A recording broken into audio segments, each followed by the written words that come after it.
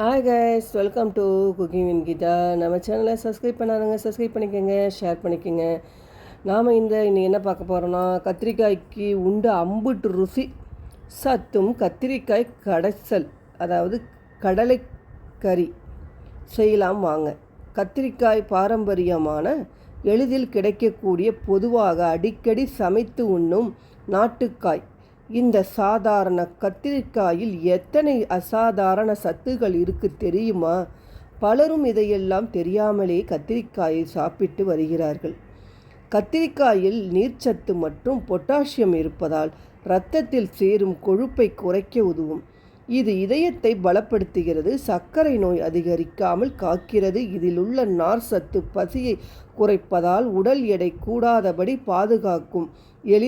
அது காலில் வீக்கம் ஏற்பட்டால் கத்திரிக்காயை அரைத்து அந்த விழுதை வீக்கத்தின் மீது தடவி வந்தால் விரைவில் வீக்கம் வடியும். கத்திரிக்காயில் மேக்னீஷ், தாமிரம், இரும்பு ஆகிய தாது உப்புகளும் வைட்டமின்கள் ஏசி, B1, B2 ஆகியவையும் பொக்கிஷமாக உள்ளன. சரி, இனி கத்திரிக்காயில் ஒரு ரெசிபியை பார்க்கலாம் வாருங்கள். கத்திரிக்காய் கடலைக்கறி. இந்த ரெசிபி ஆந்திராவில் மிகவும் பிரபலம். நாமும் தயாரிக்கலாமே. என்னென்ன தேவை? கத்திரிக்காய் 6, பெரிய வெங்காயம் 1, தேங்காய் துருவல் 1/4 கப்பு, தக்காளி 1, வறுத்த வேர்க்கடலை 25 கிராம், தனியாய்த்தூள் 1 டேபிள் ஸ்பூன், மிளகாய்த்தூள் 1/2 டேபிள் ஸ்பூன், எள்ளு 1 ஸ்பூன், கருவேப்பிலை சிறிதளவு, கொத்தமல்லி சிறிதளவு, மஞ்சத்தூள் 1/2 ஸ்பூன், இஞ்சி பூண்டு விழுது 1 ஸ்பூன், புளி நெல்லிக்காய் அளவு, உப்பு தேவையான அளவு. எண்ணெய் எந்த சமையல் எண்ணெயானாலும் சரி 1/4 கப் எடுத்துக்கங்க. எப்படி தயாரிப்பது? சிறிய அளவிலான உருண்டையான கத்திரிக்காய் கிடைத்தால் சுவை அசாதாரணமாக இருக்கும். இந்த கத்திரிக்காயின் மேல் காம்பை மட்டும் நீக்கிவிட்டு 4ஆக கீறி வைத்து கொள்ளுங்கள். தனித்தனியே துண்டுகளாக்கி விட வேண்டாம். வெட்டுப்பட்டதாக ஆனால் முழுசாக இருக்கட்டும். கத்திரிக்காய், வெங்காயம், தக்காளியை பொடி பொடியாக நறுக்கி வைத்து கொள்ளுங்க. இஞ்சி பூண்டை அரைத்து விழுதாக்கி 1 டேபிள் ஸ்பூன் அளவுக்கு எடுத்து கொள்ளுங்கள். வாணலியில் 3 டேபிள் ஸ்பூன் எண்ணெய் ஊற்றி கீறி வைத்திருக்கும் கத்திரிக்காயை போட்டு மூடி வைத்து வேக வையுங்கள். மிதமான சூட்டில் இப்படி வதக்கி விட்டு பிறகு மூடி நீக்கி கொஞ்சம் கிளறி மறுபடி ஓரிரு நிமிடத்திற்கு வேக விடுங்கள்.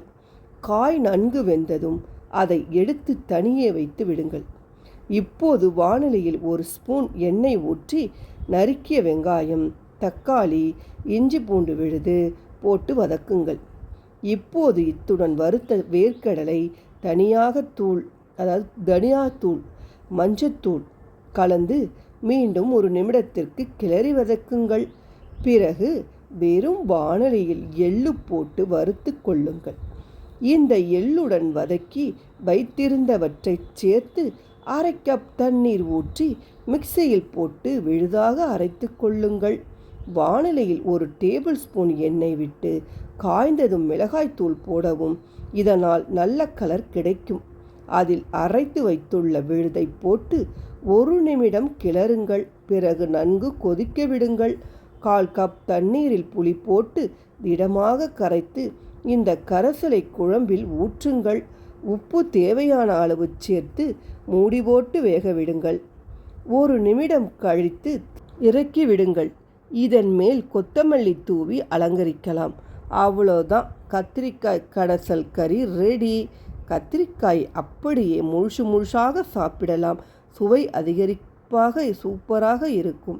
செய்து பார்த்துவிட்டு கமெண்டில் சொல்லுங்கள். அடுத்த நல்ல ரெசிபியில் பார்க்கலாம்.